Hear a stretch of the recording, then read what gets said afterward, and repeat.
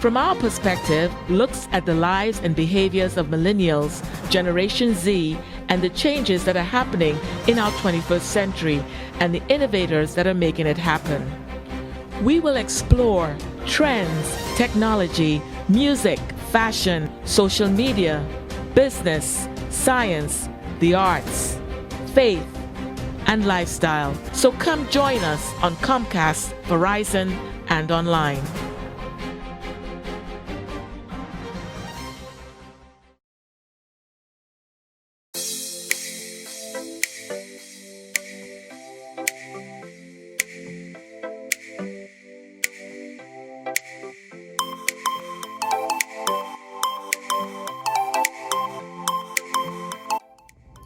My name is Charles Ray.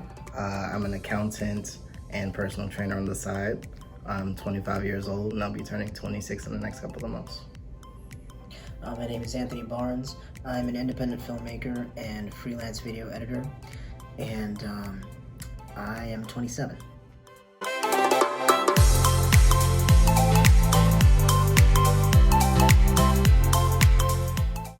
That's why I think getting to know somebody, just as friends first, and observing them, but perhaps from a distance, stuff like that, before you get in too close, and just being very conscious of the relational proximity, and then from there, and I think the date, from their date, I know you're probably thinking, dude, this seems like a lot of work. I'm like, yeah, well, it is.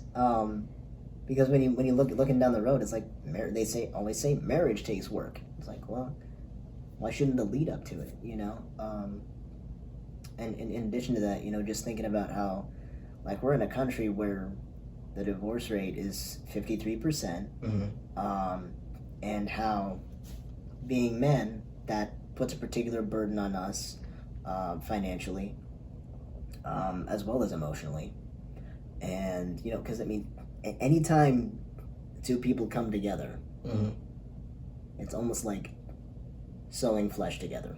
I know that's pretty, but yeah, when two people come apart now, that just gets torn. It can happen fast, it can happen slow, but one thing is for certain: it hurts. So you do want to be careful when pursuing those kinds of relationships. Just so that whatever pain you experience, you can learn from it, as opposed to just, okay, that here I am hurting in this season for no reason. In addition to that, looking across human history, our generation is in a very unique position. Because I know I'm about to open up a whole nother can of worms here. Okay. Because for the first time in human history, women are, for the most part, on equal footing in terms of in terms of getting married in the first place. So, because for a long time, it's they couldn't choose. Yeah. And the reasons the reasons marriages even happened in the first place was just political, business, trade, what. So, yeah, now that we're not doing any of that anymore, we need to think, it's whoa, why exactly are we doing this? And I think for me, as, just as a follower of Christ, the Bible says, husbands, love your wives as Christ loved the church, right? So that's a very self-sacrificial love, right? And not only that, just expanding, beyond that, how does God, think about the love God has for humanity, right? Yeah, God's love is unconditional, and I think you need to be prepared to have that unconditional love for somebody else, because it's not going to be easy, because nobody's perfect, and there's just a lot to there's just a lot to factor into it.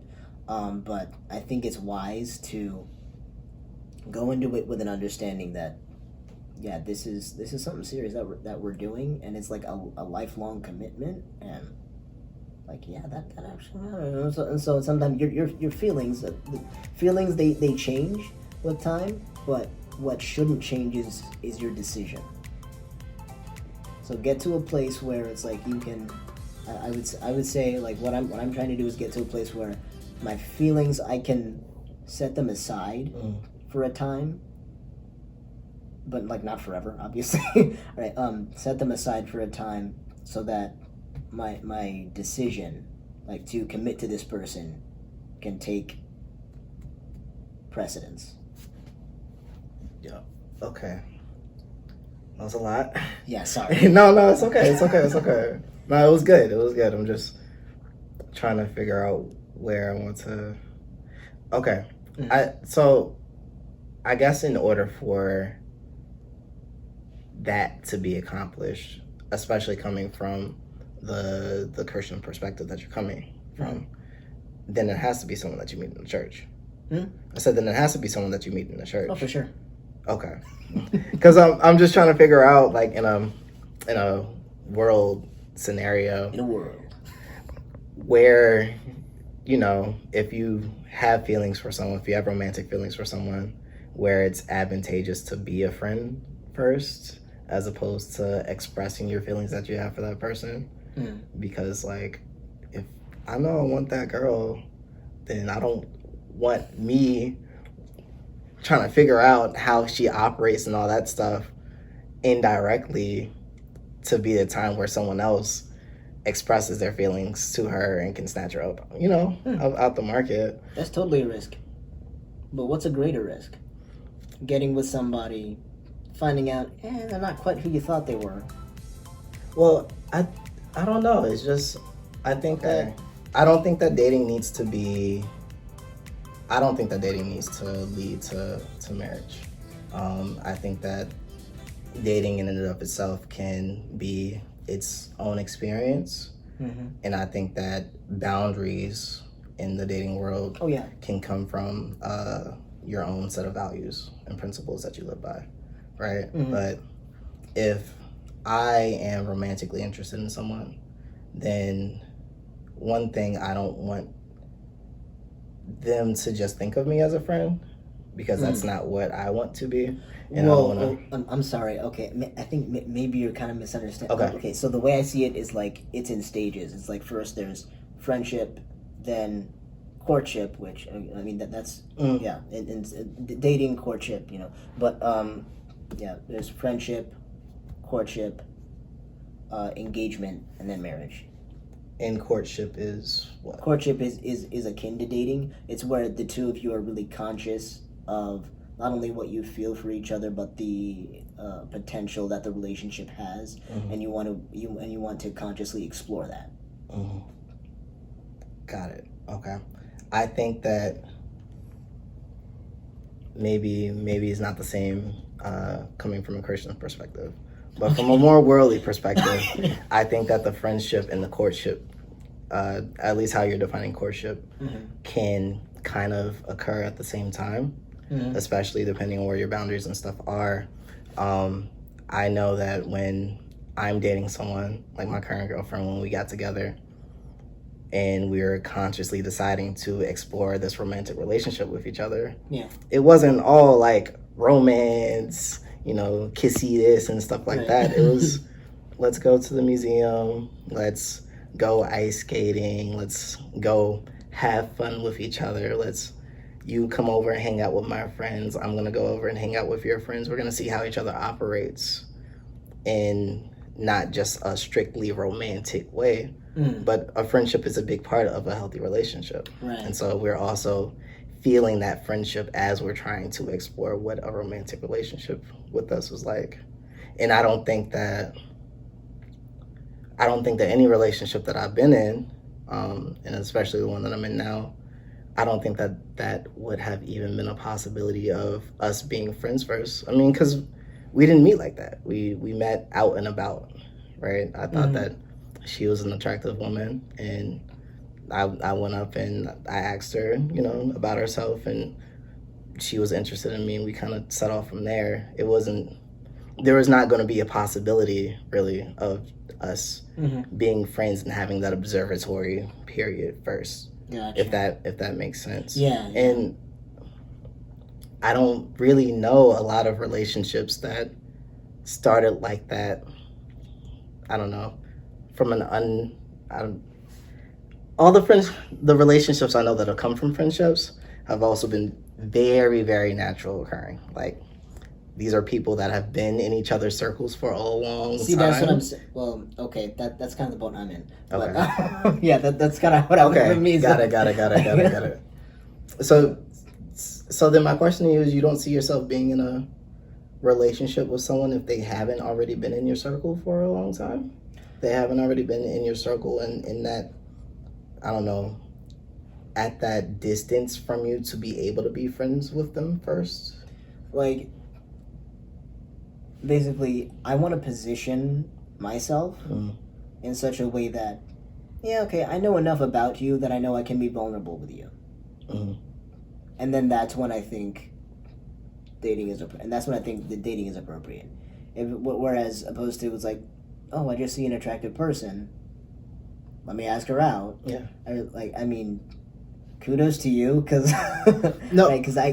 but I personally, I just can't do that. Like, there's big risk, big reward. Absolutely. But yeah, just looking at the kind of world we live in, there are too many, like, the odds are too much against marriage right now. I feel to handle it in that fashion. And I understand that. And it also sounds like, I don't know, for that to be the approach, also that relationships and even the later thought about marriage can't really be front of mind, right? Like, it sounds like you're resigning to accepting that this is some natural connection you're going to feel along the way, just in your normal course of life, and you're 100% okay with that. No, I'm saying, like, you feel, but that's something you feel initially, right? But don't let that be your guiding principle, because again, feelings do change. So it's like the initial feeling is like, oh, okay, that's a clue, right? That's a clue, and you use that.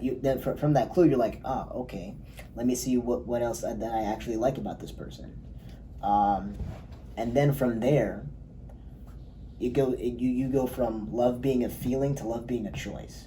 So again, to it kind of makes you think, to say that you love somebody. It's like, what exactly do you mean by that? You like the way they make you feel, or do you get up every morning, realize, yeah, they might have said something that you didn't like yesterday, and they're still not sorry about it, but you're gonna get up and do whatever you usually do to make them happy, or to show love to them.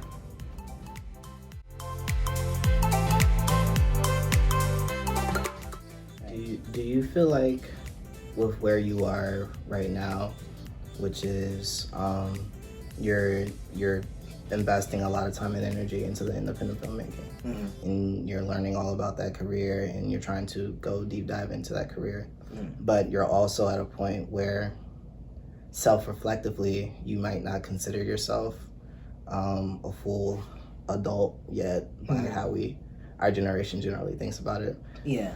Do you feel like right now you are in a position that if those feelings do occur for someone in your circle, that you'd be willing to or able to act on those? Do you feel like you could, in the position that you are right now, that you'd actually be able to be in a healthy relationship with someone if those feelings naturally occurred in the way that you feel they should? I have no idea. I'm still, like, again, I think financial stability is a huge part of it, which is what I'm working on now. Financial stability to what extent, though?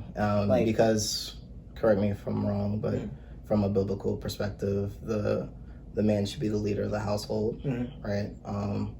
And what does that mean? What does that mean in 2023? Right. What does that mean in 2023, where, as you said, through most of human history, men had more access to economic mobility and had more access to being the leader of the household, because households and everything, marriages were all based off currency, and men had better access to currency. What does that mean Today? Yeah, today when it's an even playing field. Not only is it even, but we have more women graduating college than men. Mm-hmm. We have the pool of female entrepreneurs like expanding exponentially, and we have a lot of marriage relationships where women are making most of the money. So you have to think yourself, okay, well, yeah, like that is a good question. Like, what does make a man a leader? And in the words of Dr. Miles Monroe, it's simply this: God said he's the leader. And I know you're probably thinking, like, whoa, okay, dude. But, basically, what that means is that he's responsible for what goes on in the house. Yes, she makes more of the money, but when a man is praying, he's praying on behalf of his family. He's praying on behalf of his wife. He's praying for all of that. Like, basically, he's the person God's gonna come to first when he sees stuff going on, and be like, okay, what happened, right? If you read closely in the book of Genesis, Adam was like, God came down, he said, Adam, where are you? Stuff's not going right. I mean, Eve ate first, yeah, and for a long time the church got that all mixed up, like blaming Eve, blaming women for all of humanity's faults, but when it came time for God to see what was going on, he came straight to Adam. So I would say leadership in that sense, it's more of a responsibility. It's something not to be taken lightly, and it's not really a perk per se. There can be perks, but it's a huge more than anything, it's a huge undertaking. So yeah, you're making more of the money, but there needs to be an understanding that in this marriage, God has made me the leader in terms of my position. So yeah, I'm still gonna come to you and be like I'm not just gonna go and do stuff, well, right? And not gonna consult, because I'm responsible for you and your well-being, and because God puts all that under my responsibility. But again, leadership is more of a labor of love. So putting a picture to that though, like what does that look like in a relationship? Oh, okay. So hypothetically speaking, if she's making more money, right? I'm doing everything I can to ensure that my money covers all the essentials, right? That's how I exercise my power of provision, because I'm still called to do that, to provide and protect. So yes, you make more money than me. It doesn't mean I can't provide. It means no. It's still my job to provide. That doesn't change anything. I'm still responsible for that. However, your money can go towards the things that frees her up to be like, okay, well, yeah, the money you bring in, it can go towards the things that you really want to do, right? It also means that she doesn't have to work if she doesn't want to. Whereas if her career is fulfilling to her, go on right ahead. As opposed to being stuck at a job that she hates because what I'm bringing in isn't enough. That's somewhere, I don't know about you, but I as a man do not want to be. Like for me, that is a big deal. It's like if my family is suffering, or if my wife has to do X, Y, and Z above and beyond what she was even expecting or even wants to do, because I'm not doing what I'm supposed to do. Do you come from a household where that was the case, where your father was able to make all the money so that your mother didn't have to work? No. I'm not going too deep into digging into that, but do you think that for the most part are they still together? Oh yeah. Do you think they've still been able to have a healthy and positive relationship despite the fact that your mom had to? My father always told me this: the next generation is always the next generation is always supposed to outdo the last. And I saw what my parents did, and it's like there's this little rhyme that I sometimes say to myself whenever I think of just what my parents have done and the last generation has done and what I intend to do. And it's like, and I just say it's good, not bad, but there's more to be had. Yeah. And so I'm just trying to aim just a little higher. Okay. I respect it. Just a little higher than that. Are you going to be able to settle for the possibility and reality of not maybe making that amount that you want to, so that your wife wouldn't have to work, and still being able to figure out with your wife, still being able to figure out with your wife how to have a healthy household, how to raise your kids while both of you are having to work and possibly work at jobs that you don't want to have. Mm-hmm. So at some point, you have to decide, all right, well, at what point am I going to quit? At what point would you quit on that? Mm-hmm. So if you can tell yourself that, you might as well quit now. That's the way I see it. Whereas if I'm still breathing and I have a goal, I have a plan, and the plan can change, and I can adapt, as long as I'm still willing to put forth the effort, there's still a possibility. There's still an opportunity I can find or make. There's still, even if it doesn't even seem possible right now, I'm still alive, and I can keep trying. Yeah. And as long as I have the will within me, that's the key. That's the key. If you don't if you just don't have it in you anymore, it's like. So you would be willing to accept if that just doesn't end up happening, but you're saying that you're going to strive for it, and you're going to do your darndest to strive for it. Absolutely. Okay, understand. But I really don't like settling for it. It's just like, I hear you.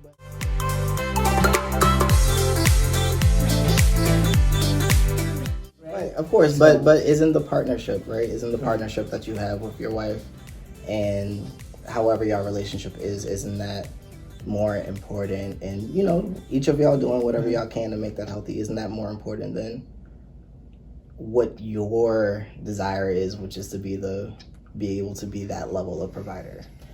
And it's not just my desire. It's purpose. Yeah, God-given purpose. So I can say, oh, okay, this is the way I want things to happen, but then I have to put that before God and be like, okay, well, is this what's best for me? Because that's the beauty of having God as my first priority, right?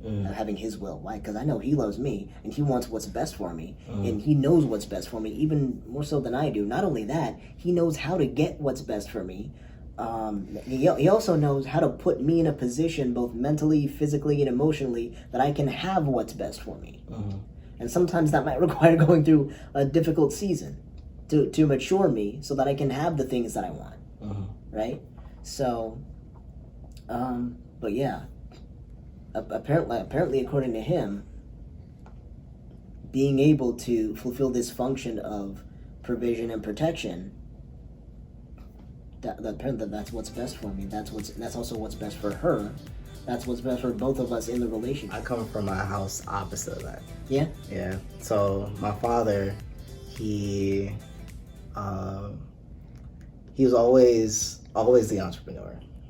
Always business minded. Yeah.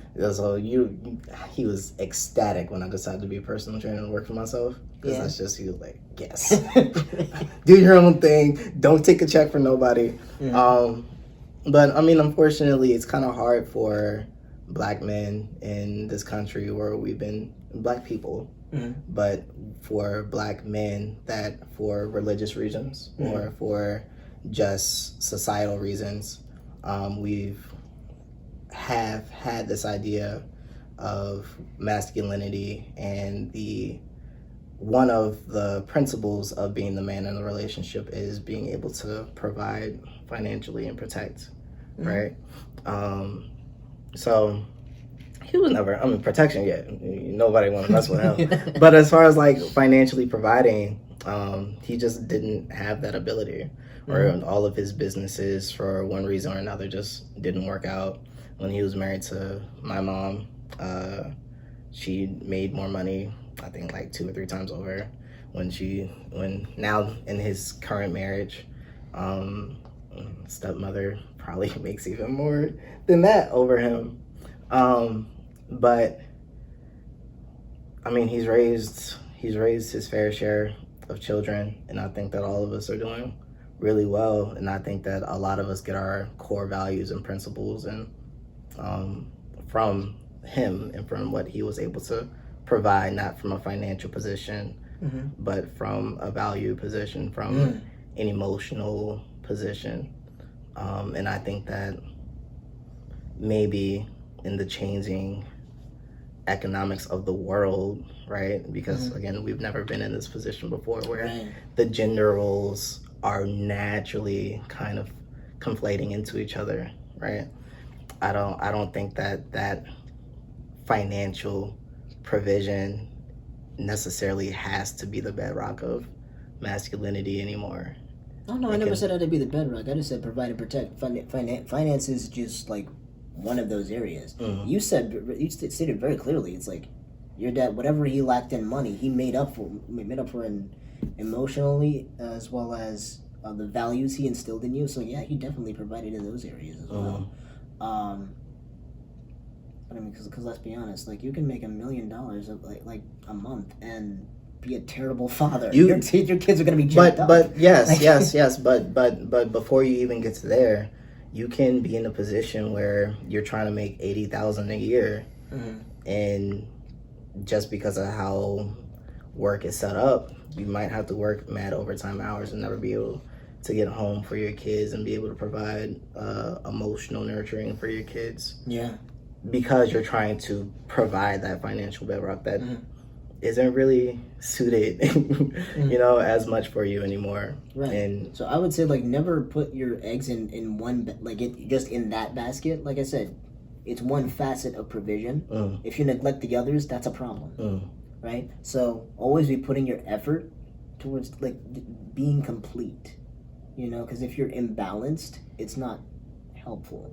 We were just, I guess we were just talking about the finances as one area. As one area. Yeah, but yeah, I would say make sure you're paying attention to all of it. Protection, there's an emotional element to protection, as well as, I guess there's a financial element to protect, protection from bankruptcy. I don't know. No. There's a financial element to protection, right? Right. There are certain neighborhoods and areas that, if you don't have the finances to get out of, then you can go outside and not be protected. Yeah. Right? There's definitely a financial component to that. Yeah. So I'm just saying, like, no. To your example, working to make $80,000 a year, and not being home to actually raise your children. Right. That's not good.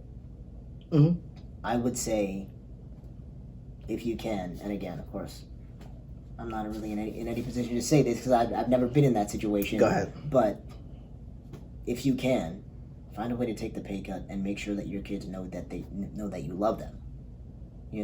Because it's one thing to be making the money and you know that you love them and you're putting in the work, like the work that you're doing every day to try and make this $80,000 a year. That's proof to you that you love them, but it's not proof to them. And that's damage, and that can be damaging to them. And it makes the work that you're doing worth less. I agree. So I agree. I would say, like, keep working towards it, but make space for all the other stuff as well, because provision is like a multifaceted thing. I agree. I think there's a lot more value in masculinity and being a man, and actually being able to be there for the people that you love and the people that care for you as well, versus being this ghost that is just trying to provide a check and finances and stuff that the people that you're providing it for might not even really appreciate. Yeah. Because the person that they love isn't there to experience those things with them. Yeah. So no, I agree with you on that.